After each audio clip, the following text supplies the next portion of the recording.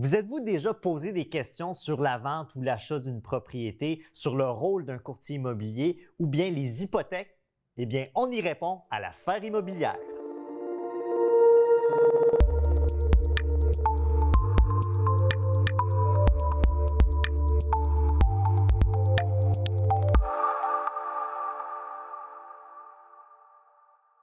On va parler hypothèque cette fois-ci avec Jean-Philippe Fortin, qui est courtier hypothécaire chez Consortium Hypothécaire. Bonjour Jean-Philippe et merci de participer à l'émission. Ça fait plaisir. Bonjour Cédric.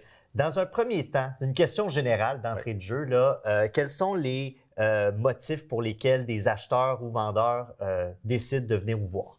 Bien, il y a plusieurs raisons en tant que telles. C'est sûr que de plus en plus, les gens veulent du conseil en tant que tel. Donc, quelqu'un qui va venir qui veut acheter une propriété, qui se prépare pour acheter une propriété, veut avoir des conseils. C'est sûr qu'il y a beaucoup de gens qui peuvent aller voir directement leur banque, qui est tout à fait correct aussi.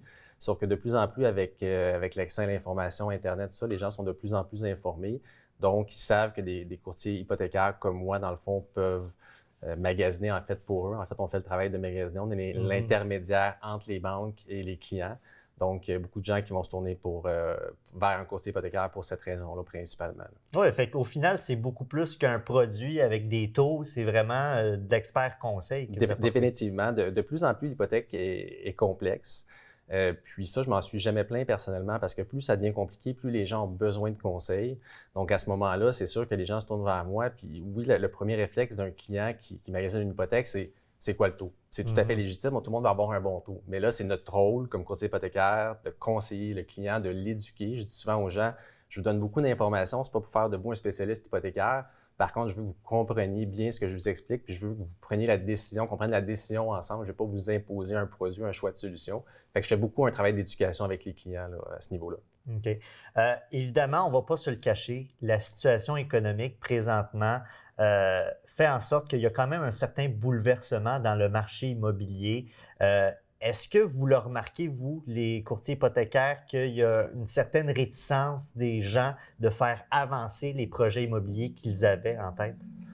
Oui et non. Je dirais oui dans le sens que on l'a vu beaucoup pendant la pandémie, des clients qui ont fait une préautorisation puis qui sont allés magasiner avec un courtier immobilier puis qui ont fait j'ai des clients qui m'ont dit qu'ils ont fait des centaines de visites. Ça, c'est des cas extrêmes, mais des clients qui ont fait beaucoup de visites, des clients qui ont fait des nombreuses offres, mais c'était en offres multiples, puis leur offre n'était pas acceptée. Puis, je pense à un cas qu'un client qui avait 42 offres sur la même propriété, puis mes clients l'ont eu. Mais il y en a 41 autres qui ne l'ont pas eu. Fait qu'il y a beaucoup de gens qui se sont découragés à cause de ça, c'est certain. Par contre, d'un autre côté, les gens doivent se loger. Donc oui, l'immobilier coûte plus cher, les taux d'intérêt ont augmenté, mais les coûts des logements ont augmenté. Les logements sont de plus en plus rares. Fait que oui, il y a une certaine réticence, mais en même temps, le marché est quand même assez actif à ce niveau-là. Bien justement, parlons du marché spécifiquement, mais pour les premiers acheteurs. Oui. Est-ce qu'il existe des programmes ou un accompagnement pour cette clientèle spécifique? Oui, certainement. Mais en fait, il y a plusieurs programmes.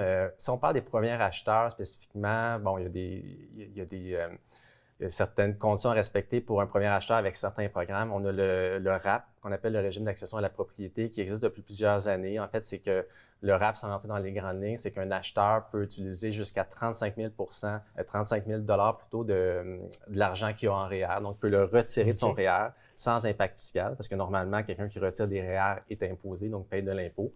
Le RAP permet de retirer 35 000 jusqu'à 35 000 C'était 25 la limite a été augmentée il y a 2-3 ans à peu près. Donc, le client peut se servir de ce montant-là. Ce n'est pas évident toujours de mettre de l'argent de côté.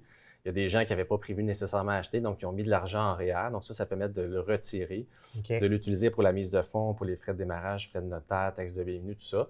Puis après ça, bon, il y a des règles pour le rembourser là, sur plusieurs années.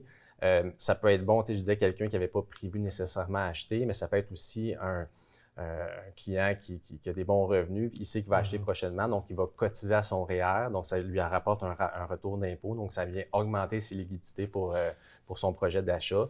Il y a plusieurs autres programmes. Il y a CELI-App, c'est un peu le même principe, c'est tout nouveau, c'est sorti en 2023. C'est un programme justement qui permet de mettre de l'argent qui va fructifier à l'abri de l'impôt, au même type que le REER. Donc ça, c'est intéressant. J'en mets en ce moment des fonds. Puis les deux peuvent être combinés, fait que ça, c'est intéressant. Il y a aussi l'incitatif à l'achat d'une première propriété, ce qu'on appelle l'IAPP, qui est un programme gouvernemental, en fait, qui, encore, il y a des conditions à respecter, mais un client peut avoir jusqu'à 5 % de subvention pour l'achat d'une propriété existante, condo, maison, quoi que ce soit. Donc, le client doit mettre quand même son 5 %, puis avec le programme, il y a un autre 5 % qui vient se mettre.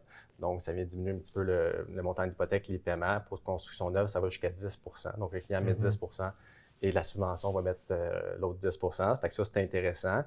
Après ça, il y en a des affaires quand même. Oui, il y en a quand même. Il faut les prendre. On paye beaucoup d'impôts, ça. Fait qu'il y a des petits incitatifs comme ça, on peut le prendre. Il y a le crédit d'impôt pour l'achat d'une première propriété qui, grosso modo, donne un retour de 750 $. Mais là, ça a été doublé dernièrement, donc 1 500 $ pour un premier acheteur. Puis plus loin que ça, si on ne regarde pas juste les premiers acheteurs, il y a aussi des subventions pour certaines rénovations, plus dans le domaine du rénovation verte, éco-énergétique, tout ça. Donc oui, il y a certains trucs là, qui sont là pour aider les acheteurs. Fait qu'en gros, vous êtes en train de dire aux premiers acheteurs, malgré la hausse des prix, il n'y a pas à s'inquiéter, il y a beaucoup d'incitatifs pour les aider. Oui, tout à fait. Puis un autre point, c'est que j'ai souvent des clients qui vont me dire, est-ce que je devrais acheter, je devrais attendre?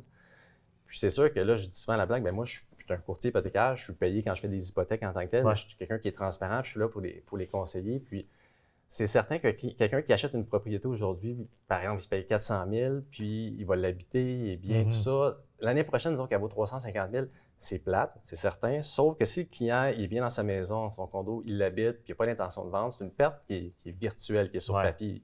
Quelqu'un qui vend un an plus tard, que la propriété a perdu de l'argent, c'est sûr que c'est plate. Mais quelqu'un qui achète une propriété pour l'habiter, normalement, son but, c'est d'être là quelques années en tant que tel.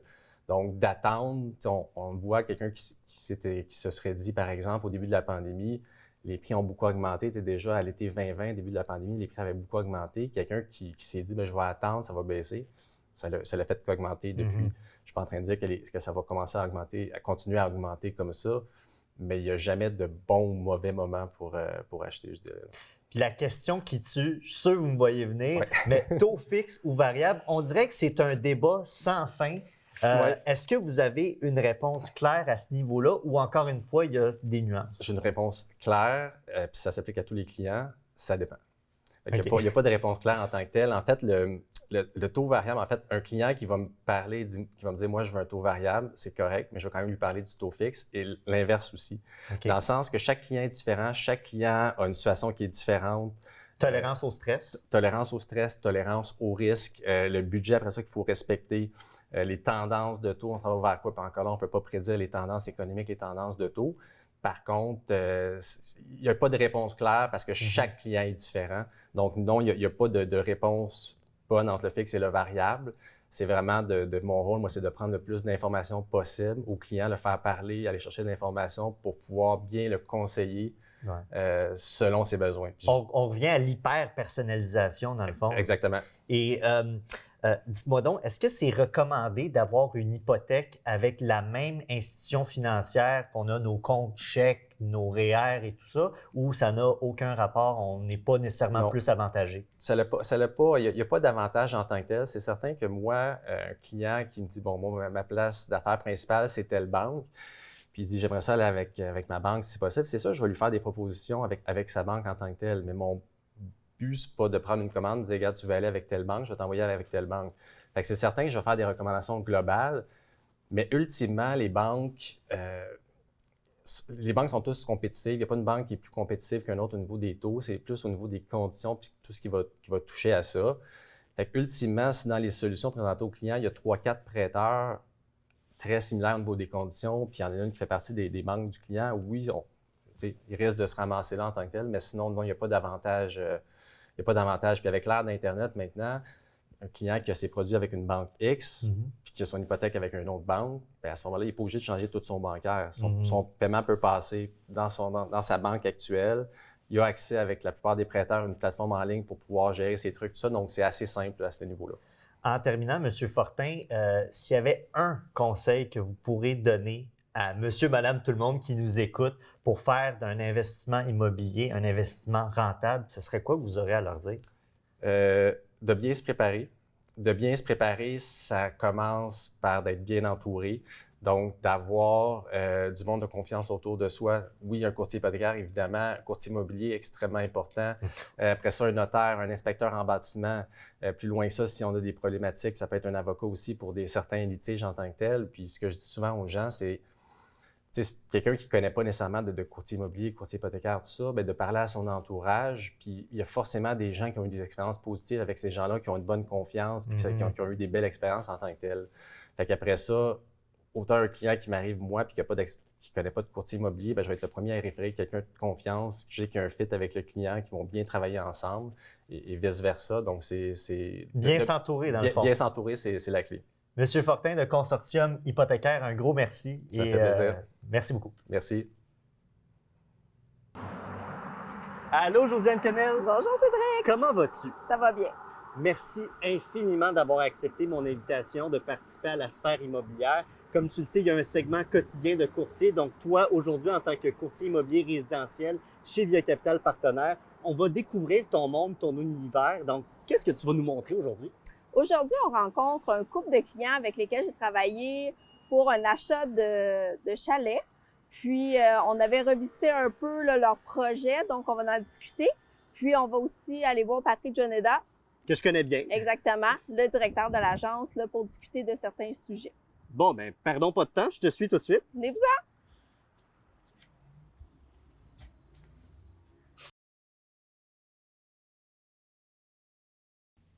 Je suis vraiment contente de vous voir aujourd'hui. J'espère que vous allez bien. Une journée pas d'enfant. Ça va très bien. Ça fait déjà 5 ans que vous avez acheté votre chalet. Oui, on a eu la petite notice renouvellement d'hypothèque et tout ça. Là. Ah oui, hein? Ouais. Fait que là, c'est le temps de voir avec d'autres professionnels peut-être pour avoir le meilleur taux hypothécaire. Oui, pas mal ça. Là. On ne sait pas trop quoi faire là, parce qu'on reçoit les informations. On se dit, ben, Josiane, elle va tout nous diriger de savoir qu'est-ce qu'on fait. On reste-tu avec on change. Fait qu'on venait de voir pour ça.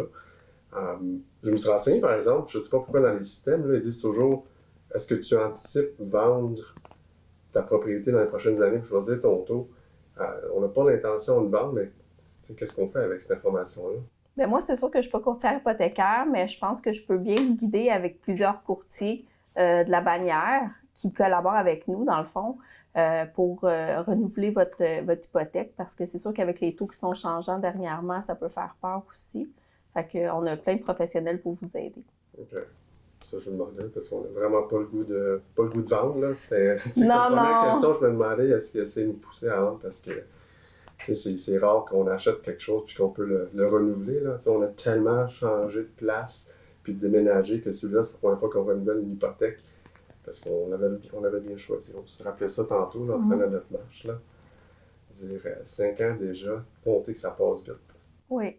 Avec la fosse septique, tout ça, tout va bien encore. Vous n'avez pas eu de problématique avec le chalet parce que je pense qu'on avait regardé ensemble là, pour les plans d'eau, l'eau du lac, faire des tests d'eau. Tout va bien encore. Tout est correct. Fallait revider la fosse septique. Donc, j'ai pu retrouver les contacts que tu nous avais référés pour la vidange. Puis ils sont venus, ils ont bien accommodé ça. Ils ont tout réglé comme la dernière fois. C'était vraiment un bon contact qu'on avait eu. Là, j'ai su que vous avez acheté un bateau. Oui. Je suis vraiment contente que vous ayez 2 plans d'eau tout près parce qu'avec vos demandes du départ, c'était vraiment un plan d'eau pas navigable que vous vouliez. Mais finalement, on a trouvé un chalet qui avait 2 plans d'eau, un navigable, un qui n'est pas navigable. Oui, exactement, parce qu'avec des jeunes enfants, comme tu nous avais bien conseillé, je ne l'avais pas vu comme ça. Moi, c'était la sécurité des gars qui soient capables de s'amuser dans l'eau. Mais avec tes bons conseils, tu nous avais dit peut-être que le bateau va être une belle activité. Puis là, en fait, on le vit cet été, puis on est vraiment content. On est vraiment bien. Puis vous m'avez parlé aussi que peut-être éventuellement, vous pensez agrandir le chalet pour aller y vivre. Oui, on y a pensé justement parce qu'on est tellement bien qu'on ne veut jamais partir de là.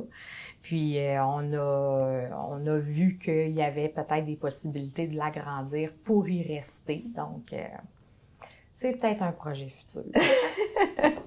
Mais en même temps, autant que c'était le projet futur, quand on a eu cette idée pendant la COVID, de pouvoir, comme tout le monde, se retirer de la ville, s'en aller en campagne, t'as pas sauté sur notre demande de dire oui, faites-le, même si dans notre coin, ça avait augmenté de valeur à Mirabel. Il y avait une belle chance de faire une belle petite commission pour toi, mais tu ne nous as pas poussé vers ça, au contraire. Tu nous as permis de voir voici ce que c'est, voici comment ça peut changer. Puis même si c'était beaucoup d'incertains, ben, on se sentait quand même informé. Finalement, on n'a pas vendu. Puis on est encore bien avec la maison, on est bien avec le chalet, puis on verra le futur.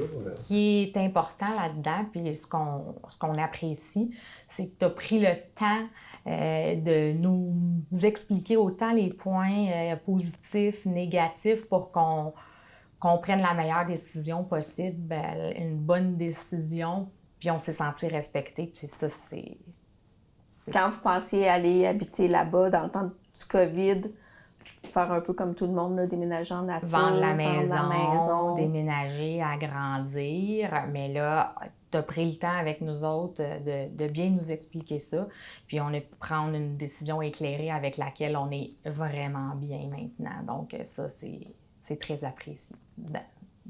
On avait apprécié comment tu nous as ramenés sur Terre. Là, on était avec l'idée excitée, on pourrait se retrouver pas d'hypothèque, vivre au chalet, comme tout le monde, là, se retirer de la ville, mais juste prendre le temps de dire, est-ce que tu te vois tous les jours faire ça comme ça, puis pense aux enfants. Puis c'est ça qui nous a fait rappeler direct un petit peu là.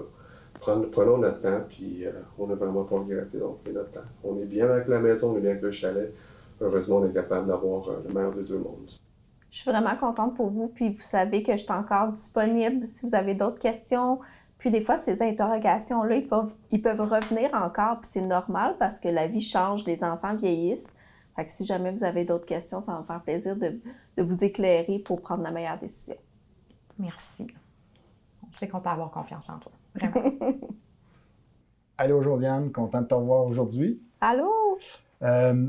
J'aurais aimé que tu me parles un peu de ta position, toi, par rapport au service que tu donnes. Puis souvent, il y a des challenges qu'on a avec les clients, puis on parle beaucoup de baisse de rétribution, puis tout ça. Puis comment tu vois, toi, de ton côté, ta mise en marché, puis l'approche avec tes clients face à tout ça? Quand je rencontre les clients, moi, c'est sûr que je m'informe de leur projet. C'est important pour moi de savoir exactement qu'est-ce qu'ils veulent faire, pourquoi ils veulent le faire, puis c'est quoi leur intérêt de vendre ou d'acheter. Fait que c'est premièrement de cibler. C'est arrivé des fois qu'on a retardé la mise en marché, qu'on a retardé l'achat parce qu'ils n'étaient pas prêts à ça. Puis c'est sûr que il y a des éléments souvent avec les arpenteurs qu'il faut vraiment valider avant la mise en marché pour s'assurer que les acheteurs soient aussi conscients de leur achat. Fait qu'évidemment, nos formations qu'on a chez Via Capital, ça m'aide beaucoup à avoir l'heure juste. Puis on est entouré d'experts, puis au fil du temps, je rencontre beaucoup d'experts sur place quand je travaille, soit avec d'autres compagnies de courtage qui me présentent des experts que je retiens pour vraiment donner à mes clients des informations, pour les référer à des experts compétents, peu importe qui je rencontre. Donc, c'est sûr que quand je présente mon offre de service, je m'assure que les gens soient vraiment rendus au point de vente quand on signe le contrat. Je m'assure qu'ils soient vraiment conscients de toutes les étapes qui s'en viennent. Puis, c'est sûr que moi, j'ai guide aussi à travers tout ça. Je vais chercher tout le temps les informations. Quand je suis pas au courant, c'est sûr que je peux appeler un directeur d'agence. On est chanceux, on en a 3 ici. Donc, c'est sûr que je suis bien guidée, puis je veux bien guider mes clients par rapport à ça. Okay. Puis, parle-moi de ton approche, parce que ça a fait couler beaucoup d'encre, la double représentation, puis on ne va pas rentrer dans tout l'aspect technique, mais je sais que toi, tu as une position bien arrêtée par rapport à ton rôle, justement, quand tu es inscripteur, quand tu mets une maison en marché, puis qu'il y a un acheteur qui vient te voir. Comment tu vois ça? Puis explique-moi, toi, ta position. C'est sûr que même avant la réglementation, j'étais moins à l'aise de représenter les deux côtés parce que pour moi, c'est important de bien représenter un ou l'autre, soit l'acheteur, le vendeur. Puis c'est sûr que quand je représente le vendeur, je suis aussi authentique avec l'acheteur, mais moi, je réfère tout le temps à un autre courtier que je connais, peu importe la bannière, mais que je sais qu'il faut être bien représenté. C'est sûr qu'avec Via Capital, là, on a beaucoup d'experts ici de courtiers là, que je me sens à l'aise de travailler parce qu'on est en collaboration. Ça ne veut pas nécessairement dire qu'on va se donner des informations, mais qu'on va savoir que le client il est bien, qui est bien Accompagné. accompagné. Exactement. Oui. OK. Puis, quand je regarde justement souvent les positions qu'on a, parce qu'on représente l'intérêt de notre client, souvent j'explique qu'on n'est pas en guerre contre un autre courtier de l'autre côté. Tu vois ça comment? Parce qu'on le sait, il y a des tiraillements, vous venez faire des fois des vérifications sur des positionnements. Comment tu te sens dans tout ça? Comment tu le travailles? Comment tu le vois? C'est sûr qu'émotionnellement, je suis très impliquée. Pour moi, mes clients sont aussi importants que ma famille, du sens que quand je les représente, je prends à cœur vraiment leur projet. Fait que c'est sûr que des fois, on est en tiraillement avec les autres courtiers parce que l'autre courtier veut aussi le meilleur intérêt pour son client. Fait que c'est sûr qu'au final, on essaie tout le temps de bien collaborer ensemble pour arriver à une belle fin, autant pour le vendeur que l'acheteur. OK. Donc, juste en résumé, Oui. en tenant compte des petits échanges qu'on a eus, tu vois quoi comme prochaine formation qu'on pourrait aller chercher, soit modeler à l'intérieur de l'agence, soit aller chercher à l'extérieur, qui serait profitable pour vous comme courtier dans l'ensemble? C'est sûr que la formation des condos est très importante parce qu'il y a beaucoup d'informations à savoir puis à éduquer les clients parce que souvent, c'est un avenue qu'ils ont pour vendre leur propriété s'en allant en condo, mais ça ne convient pas à tout le monde. Puis il y a quand même beaucoup de choses à connaître là, concernant le fonds de prévoyance, toutes les assurances. Donc, c'est sûr que d'avoir des formations supplémentaires, c'est tout le temps un atout. On a quand même eu beaucoup, mais je pense que les condos, là, pour mieux éduquer les clients, ça pourrait être intéressant. OK, excellent. Puis dis-moi, si je te demandais en un mot de me donner l'ADN du bureau, l'ADN de l'agence, l'ADN des courtiers, en un mot. Famille, je dirais qu'on est quand même tissé serré, puis on peut s'appuyer en général les uns sur les autres là, pour avoir des informations. Puis je pense que tout le monde aime collaborer ensemble. Puis moi, ça me fait tout le temps plaisir aussi de collaborer avec les autres, là, les nouveaux qui rentrent dans l'agence aussi. Là, ça me fait tout le temps plaisir de les aider, un peu comme j'ai eu quand j'ai commencé. Bien, merci beaucoup, Josiane. Merci. Bienvenue. Ah, ma chère Josiane, quand même une journée assez remplie, même si c'est pas passé beaucoup de choses. Une rencontre avec des clients, une rencontre avec ton dirigeant d'agence. Mais corrige-moi si je me trompe, le travail d'un courtier immobilier, c'est beaucoup plus large que des simples rencontres ici et là. Exactement. Les gens pensent souvent à tort que c'est juste signer des contrats puis poser une pancarte, mais malheureusement, c'est pas juste ça. C'est vraiment 24 heures sur 24 quasiment. On est disponible pour nos clients. On a vraiment des responsabilités aussi au niveau légal pour représenter nos clients, pour qu'ils soient satisfaits de notre service. Puis c'est sûr qu'on a des arpenteurs à discuter pour les certificats de localisation, les notaires, les assurances-titres. Les banques. Les banques, les historiques aussi des propriétés. Souvent, pour les acheteurs, on a accès à plusieurs informations. C'est important de savoir un peu qu'est-ce qui s'est passé dans les années précédentes. Si ça fait 10 propriétaires ou un seul propriétaire de la propriété, ça peut donner des indices. Mais c'est sûr qu'on est là pour les représenter puis avoir les bonnes informations pour eux. En terminant, Josiane, qu'est-ce que tu aimes le plus de ton métier de courtier immobilier? C'est sûr que c'est rencontrer les gens. Je suis vraiment choyée. J'ai tellement des bonnes références, des bons clients. Pour moi, c'est comme des membres de ma famille au final. Quand on finit la distance après qu'ils s'installent, des fois, c'est un peu bizarre parce qu'on est habitué de se côtoyer pendant certains mois, certaines semaines, des fois un an. Fait que c'est sûr que je prends tout le temps de les appeler. Puis moi, l'important, c'est vraiment le contact humain, là. Bien, s'il y a deux mots qui peuvent résumer ton service, je crois, en regardant un peu ton quotidien, c'est humain et famille. Donc, Voilà. wow, on ne pouvait pas mieux terminer ce segment. Josiane, merci beaucoup d'avoir participé à l'émission et puis au plaisir de suivre ta carrière en immobilier. Merci beaucoup de m'avoir invité. Merci, Josiane. Merci beaucoup d'avoir été des nôtres lors de cette émission. N'hésitez pas à aller aimer la page Facebook de TV Laval ainsi que la chaîne YouTube du même nom de TV Laval pour revoir tous les épisodes de la sphère immobilière. À bientôt.